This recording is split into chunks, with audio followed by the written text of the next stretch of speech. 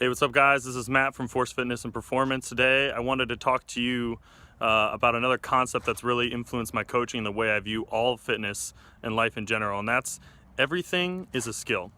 And I really picked up on this after reading a book called Peak, The New Science of Expertise, and came to understand that almost every single aspect of human performance has such a heavy skill component to it that we can't separate the skill from the physical attributes, really. So think of it this way. If I want to get stronger, we know that we're actually teaching our nervous system how to recruit more motor units so that I can lift heavier weights. So there's a huge skill component, not just that the muscle is changing and growing, but it's coordinating better and you know how to use your body better, apply leverage better. If you want to be more conditioned, we think of that as maybe a lower skill item. A lot of people just go through their conditioning and try to really push it in order to gain more conditioning. There's a central governor model of conditioning that says when you're too fatigued, your brain will shut down your ability to move coherently and with skill. So you can think of conditioning as actually the skill of being able to continue movement with quality as you get more and more fatigued, or how to utilize your energy systems well. Mobility. What is mobility except for learning how to move your joints through fuller ranges of motion? There's actually a huge neurological component to mobility that we talk about in our restore classes, that any mobility that you gain in the short term comes largely from your brain learning how to make these adaptations quickly. And then think about fitness in general.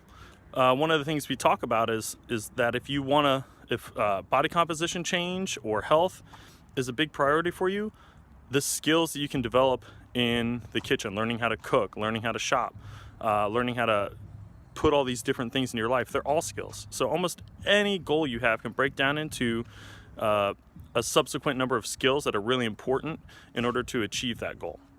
If you treat everything like a skill and everything becomes a practice, it totally changes your mindset going into a session. It also changes your mindset around mistakes, because what we know about from Peak, the New Science of Expertise, is that deliberate or purposeful practice, the practice that produces pretty moderately good results, is practice where you're paying close attention to mistakes and then making adjustments in real time.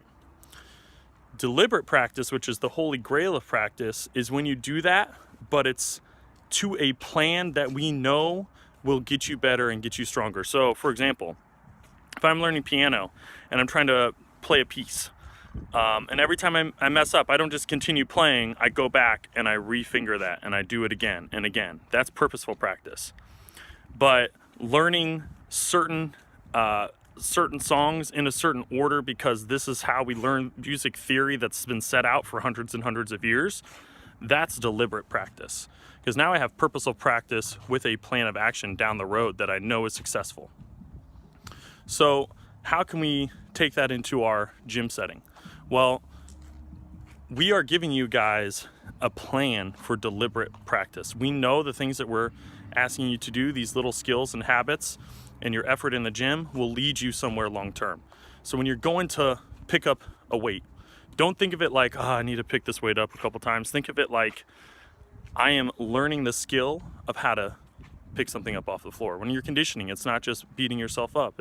I'm learning the skill of how to continue to move with quality through fatigue. When I'm doing mobility work, I'm learning the skill of how to move my body through a new range of motion. And if you think of it that way, you're going to come to it with such a different focus and energy and attitude, and mistakes will be celebrated because they're things you can learn from. So I hope that helps, guys. Let me know if you like this format of the video blog, or if you didn't, and use that feedback to make these better in the future. Thanks, guys.